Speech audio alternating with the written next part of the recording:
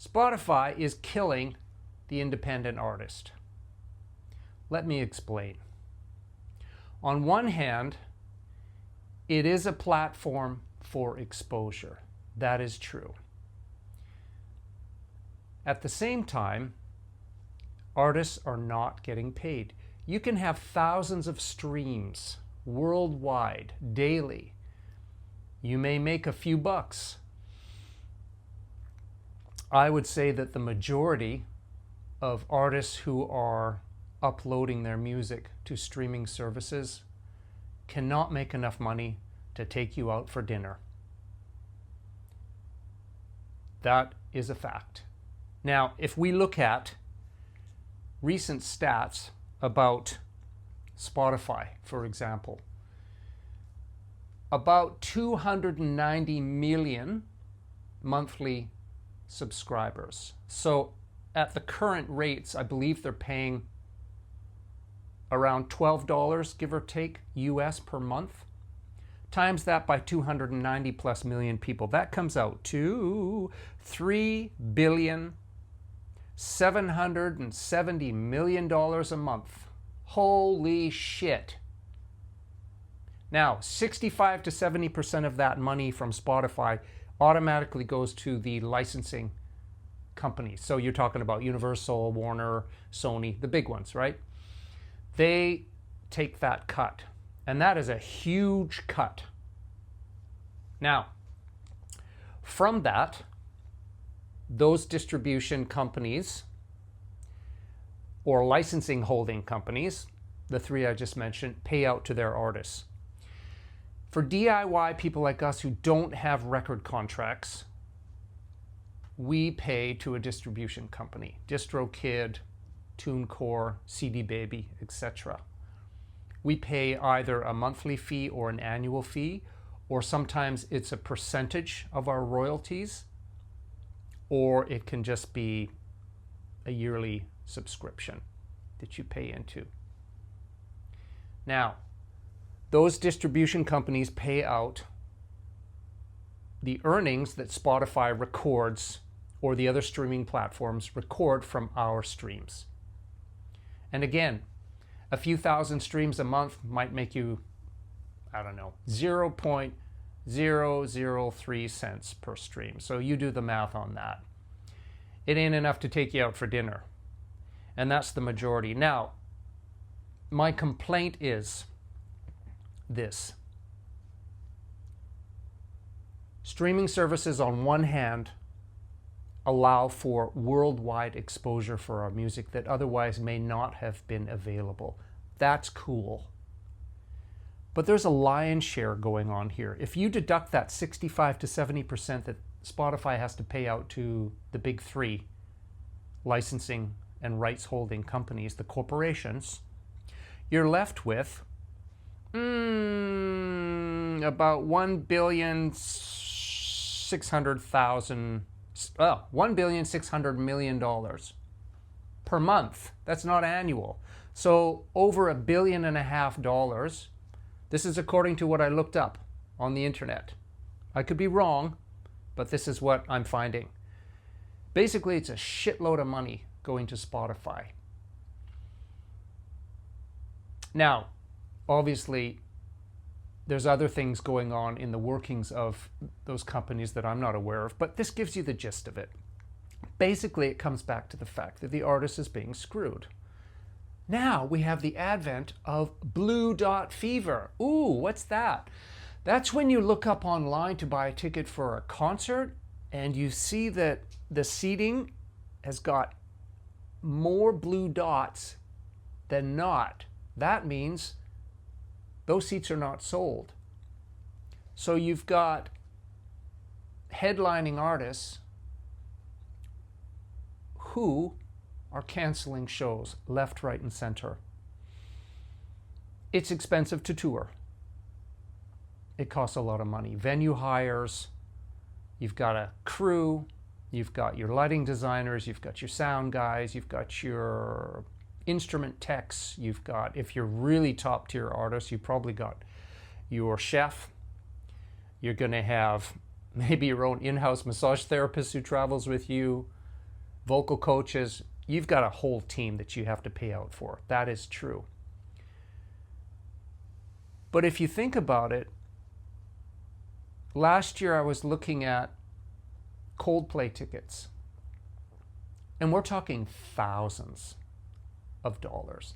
Thousands. You can get some nosebleeds for a few hundred, but we're talking, to get a decent seat, thousands of US dollars. A lot. Who the fuck is going to pay for that? Okay? So, what has happened? Well, I'll tell you what's happened. Let's wind back 40 years, 30 years. Let's go back to the 60s, the 50s, 60s, 70s, even into the 80s probably. What you had was, oh, this interesting little thing. Do we know what this is, kiddies? This is called a CD. This is my first CD. 23 years ago I made this, a DIY CD. This is a CD. You had tape, you had vinyl, LPs, EPs. That's where the money was being made. That's where the artists made their money. Now, not all artists got great deals with their record company. That's true. But the money was being paid out. Okay, I'm not going to talk about contracts and the 360 deals and all this stuff that happened to artists and how many of them got screwed up the yin-yang, right? But I would wager that they made a lot more money back then than they do today. Now, they made money in record sales. And of course, merchandise. They toured to market and expose the upcoming albums or the albums that have been released. So they didn't make a great deal of money in the touring. Now it's reversed. Artists are not making money selling albums and CDs because streaming services came in and they're taking the lion's share. And I don't care what anybody says. The lion's share is going to Spotify and the streaming services. And the artists are not getting paid their dues. So what we're finding is these poor artists, as much as we love to perform, are having to tour for weeks and months out of the year, away from their families, away from their day jobs, to try and earn enough money just to live. Now, this is probably, again, the majority of artists out there. Just to live. And what's happening is people are not coming out to see performances. They're at home on their smartphones, on their tablets, watching concerts, listening to music. They're not coming out and interacting with the audience. They're not coming out and interacting and being part of that scene, live music. Man, they don't know what they're missing. It's crazy. So I want you to think about those things. How can we change that?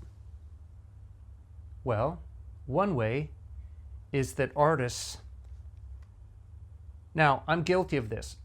All my music is up on the streaming platforms. At the moment, that's my only choice. Until I decide to start making CDs and albums.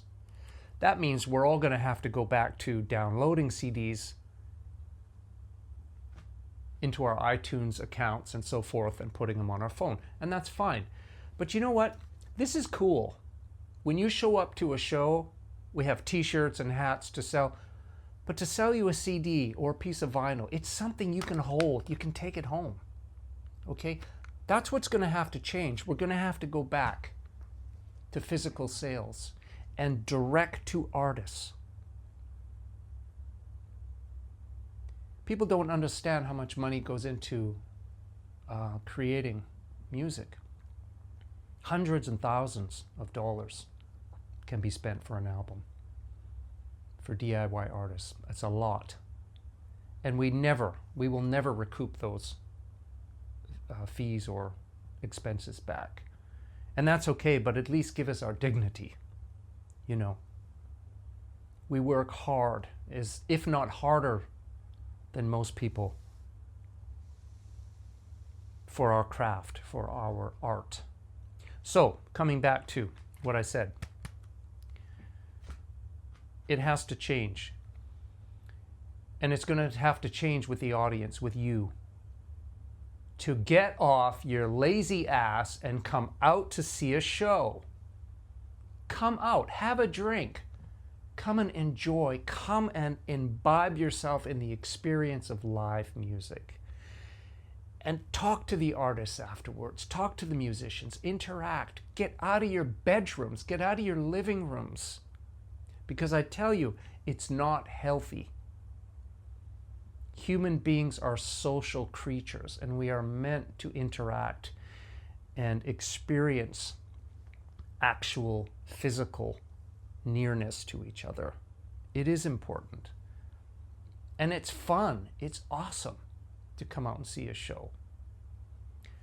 So, again, it's a double-edged sword. On one hand, Spotify and these streaming platforms do provide us with exposure. You can have everything at your fingertips. Probably the majority of music out there, of those who are distributing on these platforms, we have access to that for $10.99 or $11 or $12 a month. But on the other hand, it's killing the artists. I'm all for bringing back CDs, for sure. Because I'll tell you something else, and this is really important, what people do not understand. Those streaming platforms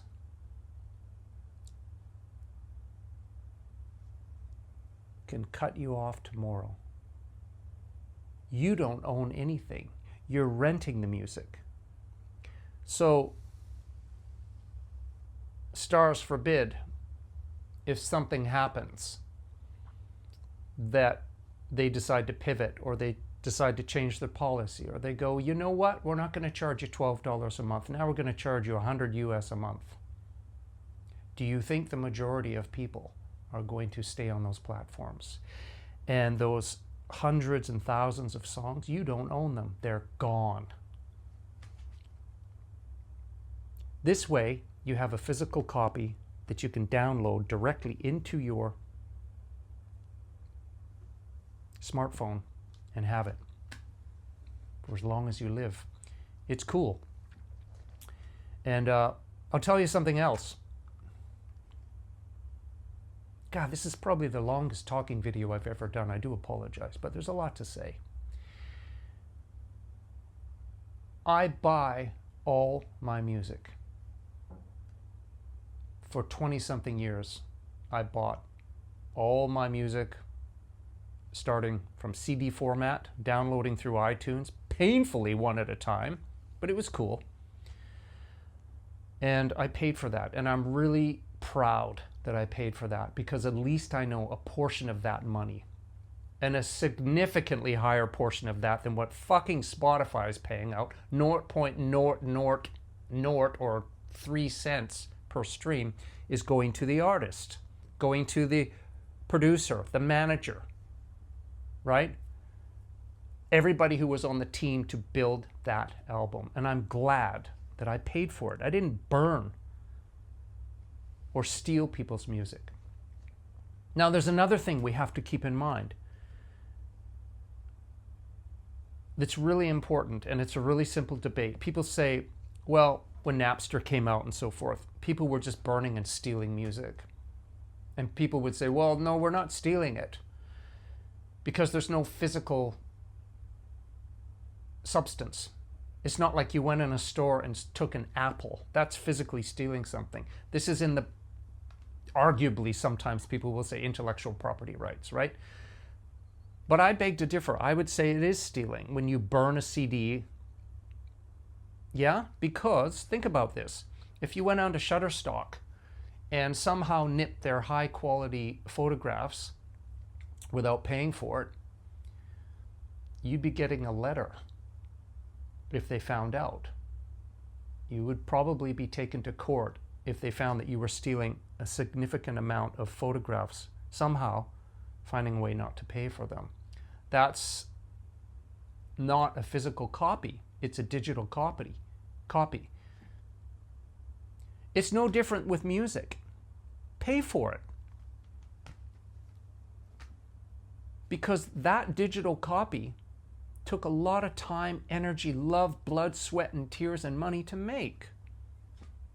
And if you want your artists to be healthy, happy, and continue to have the space to be creative, to make music, to better your lives, for your enjoyment, for your enriching of experience, or whatever you get from music, pay your artists. Buy CDs, buy physical copies. And if they don't have that, fine. Buy their music on iTunes where you're actually paying for it and not a subscription. And come to the concerts. Support your artists locally and support your headliners and your top tier artists. And I hope at some point the ticket prices can come down. But we, as a people, have to start taking the initiative at the grassroots level, at least. Come out and support your artists. Okay? So on that note, I will leave you. Food for thought. Things to think about. Peace out.